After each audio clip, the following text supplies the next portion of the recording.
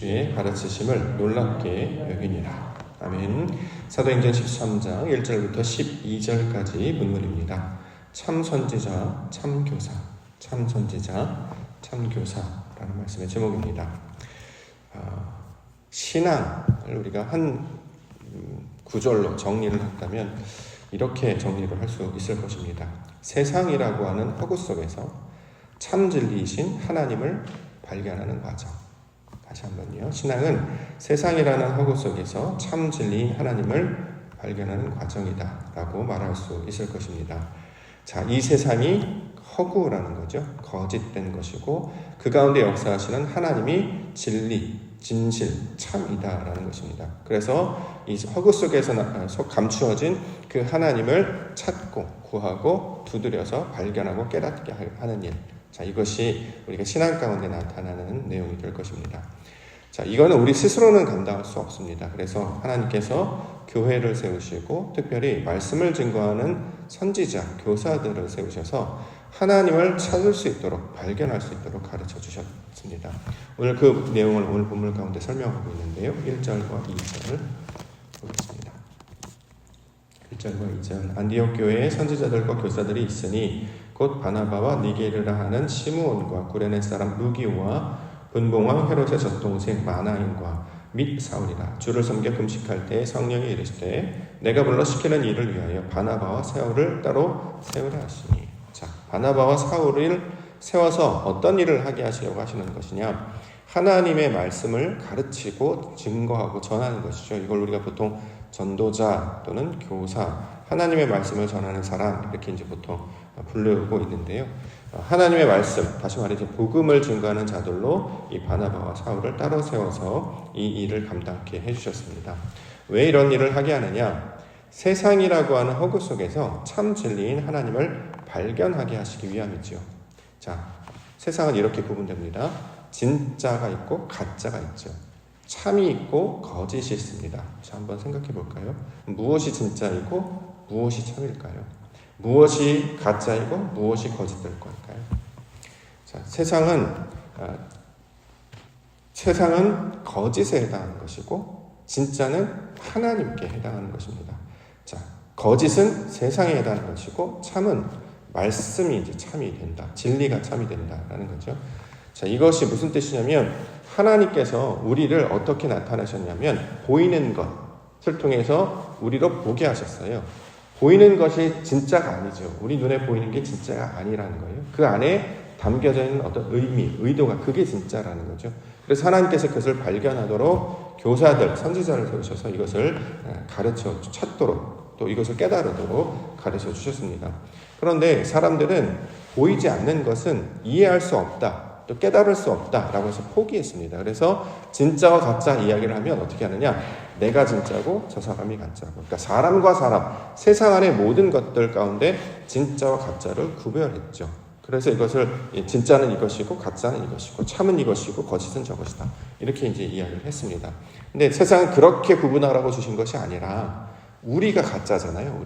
우리가 진짜가 아니란 말이에요. 그러면 누가 진짜가 되겠습니까? 하나님이 진짜가 되겠죠. 그래서 우리 안에 가짜였던 우리가 하나님의 것을 받아들여서 점점 채워지고 하나님의 뜻을 알아가는 과정, 이걸 이제 신앙의 과정으로 설명하고 있고 이렇게 하나님을 닮아가면 진짜가 된다, 참이 된다 이렇게 이야기를 하고 있는 것입니다. 이걸 이제 다른 표현을 하면 이제 형식과 내용이라는 개념으로도 설명을 드렸죠. 형식이 있어요. 그렇죠? 형식은 내용을 우리에게 전달하기 위해서 주는 거 아니겠습니까? 세상이라고 하는 것이 형식이라면 그 형식을 통해서 뭘 가르쳐 주시느냐? 하나님이라고 하는 내용을 우리 가운데 가르쳐 주고 있는 것이죠. 이걸 이제 열매와 곡식으로 따진다면 껍데기가 있고 이게 이제 세상에 해당하는 게 있고 이게 거짓이죠. 껍데기. 진짜가 아니잖아요. 그렇죠? 우리가 이제 음식을 먹을 때나 과일을 먹을 때나 곡식을 먹을 때 항상 껍질째 우리가 찾아온단 말이죠. 그걸 그대로 먹으면 써서 잘 못 먹습니다. 귤이나 수박이나 이런 거 껍질 그대로 먹는 사람은 없단 말이죠. 껍질 어떻게 해요? 까고 그 안에 있는 내용을 먹는단 말이에요. 자, 그 내용을 먹을 때 이게 바로 진짜가 된다라는 거죠. 세상이라고 하는, 현상이라고 하는 또는 우리가 삶이라고 하는, 인생이라고 하는 껍데기가 있단 말이에요. 그 껍데기를 그대로 받으면 이게 써서 먹질 못해요. 받아들일 수 없단 말이죠. 그러니까 그 안에 무엇이 담겨 있는지를 이해하고 그래서 그 속에 담겨져 있는 것이 달콤한 내용물을 알게 되면 우리는 껍질을 까고 그죠? 그걸 벗겨서 안에 있는 걸 먹게 되지 않겠습니까? 자, 이렇게 하나님께서는 세상이라고 하는 것을 그렇게 우리에게 주시고 그 안에 담겨져 있는 하나님의 의도, 뜻을 받아들일 것을 가르쳐 주셨습니다. 이렇게 우리가 인식하는 방법에 익숙하지 않다 보니까 잘 찾지 못한다는 거죠. 그래서 교사들을 세우고 선지자를 세워서 이것을 보게 해 주셨습니다. 대표적인 분이 바로 예수님께서 이 땅 가운데 찾아오셨잖아요. 하나님이 세상을 이처럼 사랑하사 독생자를 주셨으니 이는 저를 믿는 자마다 멸망하지 않고 영생을 얻게 하려 합니다. 세상이라고 하는 것, 근데 그 가운데 예수 그리스도를 보내주시고 그 안에 담겨진 참 내용이 무엇인지 알아서 영원한 생명, 하나님의 뜻을 아는 자로 살게 하시도록 우리 가운데 말씀을 가르쳐주고 있는 것이죠. 그러므로 우리가 이제 신앙 가운데 나타나게 되면 이전에는 항상 보이는 대로 판단하고 들리는 대로 판단했습니다. 그러다 보니까 실수가 많아요. 보이는 것을 판단하려면 어떻게 그것을 판단하냐면 내가 가지고 있는 지식 기반하에서 그것을 해석할 수밖에 없단 말이죠. 내가 오늘 아침 신발을 샀어요. 내 안에 신발로 가득 찼어요. 세상에 돌아다니면 신발 산 사람밖에 안 보입니다. 내가 오늘 배가 고파요. 그러면 객관적인 정보를 판단할 수 없고 내가 어떤 삶의 어떤 경험치가 있다면 그 해석하는 범위가 그 정도밖에 되지 않단 말이죠. 그러다 보니까 세상에서 어떤 정보를 보면 항상 세상은 양면성이 있다는 걸 늘 우리는 기억해야 합니다. 세상은 항상 양면성이 있다. 여기서 말하는 양면성은 오른쪽과 왼쪽이 아니라 보이는 것이 전부가 아니다라는 뜻이에요. 그렇기 때문에 이전에는 보이는 것으로 늘 판단하고 해석하고 그래서 우리가 실수도 범하고 잘못도 범하고 했었다면 이제 아버지의 의도가 담겨져 있는 것이겠구나라고 이해를 하고 그것조차 좋은 것으로 받아들이게 된다라는 거죠. 자, 이것을 우리 신앙의 과정으로 설명을 하고 있고 오늘 본문에서는 선지자와 교사를 통해서 이야기를 하고 있습니다. 자, 성령의 역사로 말미암아 나타난 증거 중에 하나가 뭐냐면 이제 교회가 세워지는 것입니다. 교회. 그래서 원래 신앙의 중심이 예루살렘이었으나 이제 안디옥으로 점점 옮겨가게 되죠. 왜냐하면 이방인들에게 복음을 증거하기 때문입니다. 자, 이방인들은 하나님을 알지 못했죠. 그들은 이제 신화를 가지고 있었고 자기들이 이제 전통적으로 가지고 있는 민속 종교, 무속이라고 하는 그런 거에 가지고 있었습니다. 그러다 보니까 기반이 없고 각자 생각하는 뜻이 다 다르고 그러니까 천인천가지, 만인만가지 다양한 색깔 가운데 있단 말이죠. 자, 그 가운데 하나님의 복음을 깨달은 선지자와 교사를 보내셔서 하나님의 말씀을 증거하게 하심으로 참 신앙이 무엇인지 또 이 땅 가운데 살아가는 그 목적과 내용이 무엇인지를 그들로부터 가르쳐 감당해 주셨습니다. 우리 가운데는 교회가 생기고 또 그 가운데 말씀을 증거하는 목사님 또는 우리 선생님들 등장하셔서 하나님의 복음을 전하게 해주셨다는 거죠. 그것을 통해서 우리가 알 수 있는 것은 그래서 어떻게 하느냐 항상 날마다 하나님의 뜻을 찾고 구하고 그것을 깨달을 수 있도록 찾을 수 있도록 간절히 간구하며 나아가는 것입니다. 우리가 이제 며칠 전에 봤던 것처럼 어려움을 당하고 곤란을 당했던 베드로 기억하시죠? 베드로가 옥에 갇혔어요. 그런데 갑자기 그가 풀려났죠. 왜 풀려났습니까? 나중에 보니까 기도하는 사람들이 있더라. 이걸 이제 우리 가운데 보여주셨어요. 이게 무슨 뜻이냐면 우리 가운데 어떤 어려운 문제가 생겼는데 이게 해결이 되지 않아요. 깨달을 수 없습니다. 그런데 하나님이 보내신 주의 사자가 우리 옆구리를 쳐서 깨워내고 그래서 그 인도하심을 따라 나아갔더니 하나님께서 세우신 자들로 하여금 기도하게 하는 모습을 보게 해주셨단 말이죠. 내가 가지고 있는 이 위치에서 벗어나게 하셔서 내가 가진 인식과 경험과 내가 갖고 있는 그 어떤 습관 그 가운데 머물러 있던 자에서 그걸 깨트리셔서 그걸 쳐서 일으켜 세우시고 깨워주셔서 하나님이 인도하시는 길로 나아가게 해주셨습니다. 그러다 보니까 하나님이 하시는 사역이 뭔지를 보게 하셨단 말이죠. 거기서 하나님의 사람들이 기도하고 있는 것을 보았다. 다시 말해 하나님께서 어떻게 역사하고 사역하고 있는지를 우리로 보게 하셔서 눈에 보이는 것이 다가 아니라 하나님이 인도하시는 하나님의 의도와 뜻이 있음을 깨우쳐 알게 해주셨습니다. 그러면 앞으로 어떤 상황이 벌어지면 그 다음에 어떤 일이 벌어지겠구나. 하나님께서 어떤 뜻이 있으셔서 이런 상황을 우리 가운데 맡겨주시는구나. 자, 그것을 따라가야 되구나. 우리 가운데 가르쳐 주시는 것입니다. 이처럼 이 세상을 살아갈 때에 항상 하나님께서 우리와 함께 하시고 그가 우리를 가장 좋은 곳으로 인도해 가실 것을 확신하시며 오늘도 믿음 가운데 나아갈 때 우리에게 닥쳐지는 것 보이는 대로 판단하지 않고 내 경험대로 이해하지 않고 하나님의 뜻, 선한 뜻과 그 하나님의 인도하심과 경륜을 찾게 하여 주시옵소서. 그래서 하나님의 진리 가운데 거하는 우리 믿음의 백성들 되시기를 주의 이름으로 축원합니다. 말씀 몇 가지만 보겠습니다. 7절 그가 총독 서기와 바울과 함께 있으니 서기와 바울은 지혜 있는 사람이라 바나바와 사울을 불러 하나님의 말씀을 듣고자 하더라. 자, 서기와 바울 총독이라는 사람 등장했죠. 어떤 사람이냐면 지혜가 있는 사람이다 이렇게 이야기했습니다. 서기와 바울은 이제 로마 지방 총독에 해당하는 것인데 이제 이방인이 된단 말이죠. 자, 우리가 성경을 통해서 배웠던 것은 이방인이라 할지라도 하나님을 경건히 섬기는 자, 경건한 사람은 다 하나님께서 찾으시고 받으시는 줄을 깨달았다라는 구절을 우리가 만난 적이 있습니다. 유대인들만 하나님을 구하는 것이 아니라 이방인 중에서도 하나님을 찾고 구하는 자들이 있단 말이죠. 그러면 그것을 하나님께서 어떻게 해요? 받으신단 말이에요. 유대인들, 하나님의 백성들만 하나님을 찾는 것이 아니라 그렇지 않는 자들에게도 하나님께서 찾으시는 분이시다. 자, 이렇게 설명하고 있습니다. 그러므로 우리 하나님은 유대인이 하나님이 될 뿐만 아니라 이방인의 하나님, 모두의 하나님이 된다라는 것이죠. 그 중에서 특징이 뭐냐면 바나바와 사울을 불러 하나님의 말씀을 듣고자 한다. 자, 내가 이방인이에요. 하나님을 잘 모릅니다. 성령께서 날 인도하실 때 나타나는 특징, 신앙의 특징, 진짜를 찾는 사람, 참을 찾는 사람, 하나님을 찾는 사람 특징이 뭐냐면 자, 말씀을 전하는 자의 앞에 나와서 말씀을 들으려고 하는가. 이게 신앙의 태도로 나타난다는 것입니다. 하나님의 말씀을 들으려고 하나님의 사람을 부르고 초청한단 말이죠. 그래서 항상 그 말씀을 듣고자 합니다. 이걸 우리 가운데 적용하면 예배자가 된다는 말과 똑같죠. 말씀을 들으려고 하는가, 이게 성령이 나타난 증거란 말이에요. 내가 하나님을 찾아요. 하나님을 만나기를 원해요. 그래서 어떻게 하느냐? 그러면 말씀이 있는 곳으로 내가 나가든지 또는 하나님의 말씀을 만나게 해주옵소서.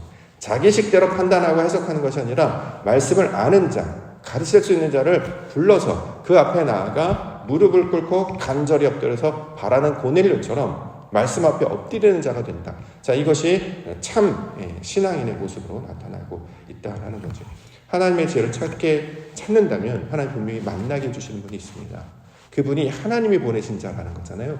그 말씀 앞에 그가 어떤 사람이든 그가 어떤 메시지를 갖고 있건 내가 그 말씀을 듣고 하나님 만나기를 소망합니다. 그러한 자들에게 그 은혜와 영광이 일어나게 될 줄 믿습니다.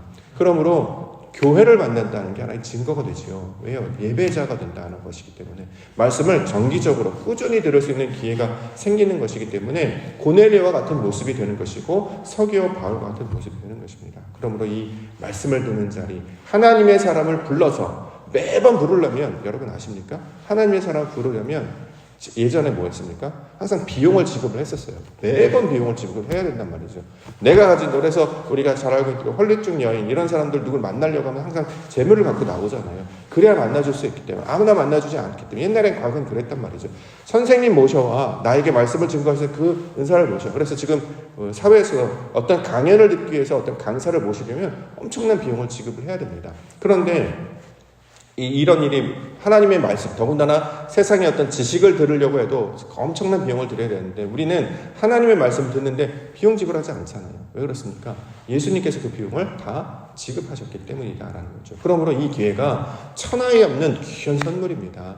하나님의 말씀을 듣는 자리가 세상의 어떤 강연보다도 가장 귀한 선물 듣는 자리임을 꼭 잊지 마시고 말씀의 자리, 하나님 서게 하시고 그 말씀을 사모하는 자 되게 하여 주시옵소서. 이렇게 기도하며 간구하는 성도님들 되시기를 원합니다.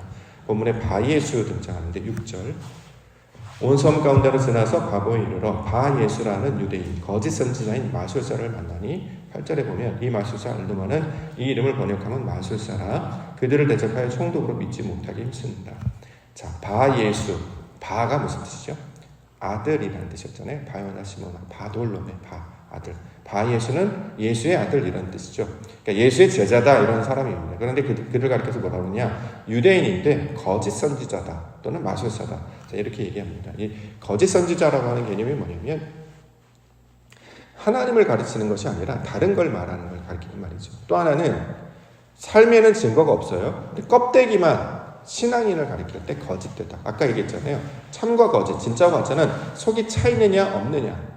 우리가 원래 거짓이었어요. 껍데기였단 말이죠. 근데 점점 알고기 되게 하시죠. 우리가 원래 가짜였죠. 우리가 거짓이었어요. 하나님을 알지 못하고 겉모습만 있었어요. 그런데 그런 아담의 형상만, 모양만 갖추고 있었는데 이제 아버지의 뜻이 무엇인지를 알아서 점점 하나님의 말씀을 우리를 채우면 이게 이제 진짜가 되는 것이고 참이 된다 이렇게 얘기하는 것입니다. 여기 본문의 바에서는 소위 말하는 가짜 교사, 이단, 예를 들어 사이비 이런 자들을 가리키는 말로도 설명을 합니다만 궁극적으로는 저와 여러분들이 모양은 이름은 예수의 제자, 예수의 사람들이라는 이름은 있는데 그 안에 열매가 없는 상태다. 요 얘기입니다. 그러다 보니까 어떻게 하느냐, 하나님을 믿는 것에 힘쓰기보다, 하나님을 아는 것에 힘쓰기보다 다른 것으로 마음이 움직여지게 되더라. 자, 이렇게 이야기를 하고 있는 것이죠. 8절 하반절에 보면 총독으로 믿지 못하게 힘씁니다. 그렇죠? 그들을 대적하여 총독으로 믿지 못하게 힘씁니다. 신앙 가운데 나오면, 교회를 이렇게 보면 이렇게 반대하시는 분들이 있어요. 근데 본인 한번 잘 생각해 보십시오. 세상에서는 반대는 비판의 도구입니다. 세상에서는 어떤 사람이 이야기를 할 때 반대하면, 어떤 예를 들어 소위 토론을 할 때 좌우가 서로 상대가 저거 나눠서 이야기하면 좀 더 나은 방향을 찾기 위한 정반 합할 때 반대 쓰는 편에서는 이걸 세상에서 미덕으로 여깁니다. 근데 교회에서는 그 미덕이 아니라 불신앙입니다. 반대가 좋은 것 같은데 불신앙이에요. 왜 반대하시는지 아세요? 자기 뜻대로 안 됐기 때문에 반대잖아요. 근데 교회는 사람의 방법으로 하는 것이 아니란 말이죠. 그리고 반대 입장을 쓰는 게 중요한 것이 아니라 어떻게 해서 하나가 될 거를 연구를 더 하셔야 됩니다. 반대는 너무 쉬워요. 이건 어떻습니까? 싫어요. 저건 어떻습니까? 싫어요. 이건 어때요? 안 돼요. 이건 너무도 쉬운 말이에요. 왜요? 아무 일도 안 하게 되거든요. 근데 어떤 사람이 오른쪽으로 가봅시다 라고 할 때 내 마음에 들지 않죠.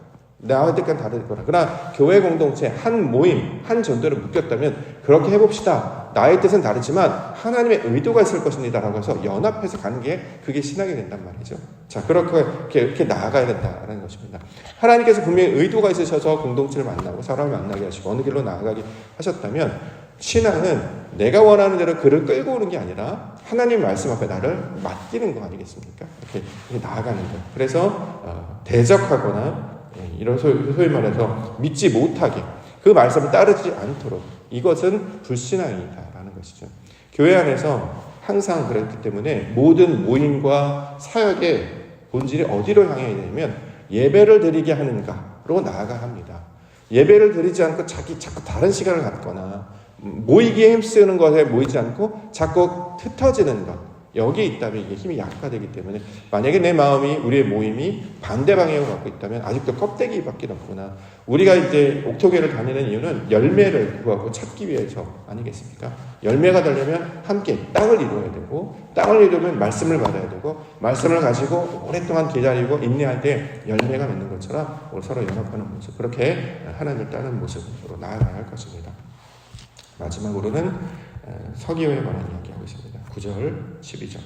바울이라고 하는 사울이 성령이 충만하여 12절에 이에 총독이 그렇게 된 것을 보고 믿으며 주의 가르치심에 놀랍게 여기니. 자, 이게 바로 성령의 능력으로 나타나는 게 뭐냐면 말씀을 듣고 반응하게 되었다. 이걸 이제 놀라다라고 이제 표현을 하고 있는 것이죠. 하나님의 말씀에 내가 이전에 깨닫지 못했던 것을 깨닫게 된다는 거잖아요. 원래 내가 하는 방식들이 있는데 그 방식과 부딪혔다라는 거 아니겠습니까? 그렇기 때문에 신앙하거나 예배할 때 마음이 불편할 수밖에 없어요.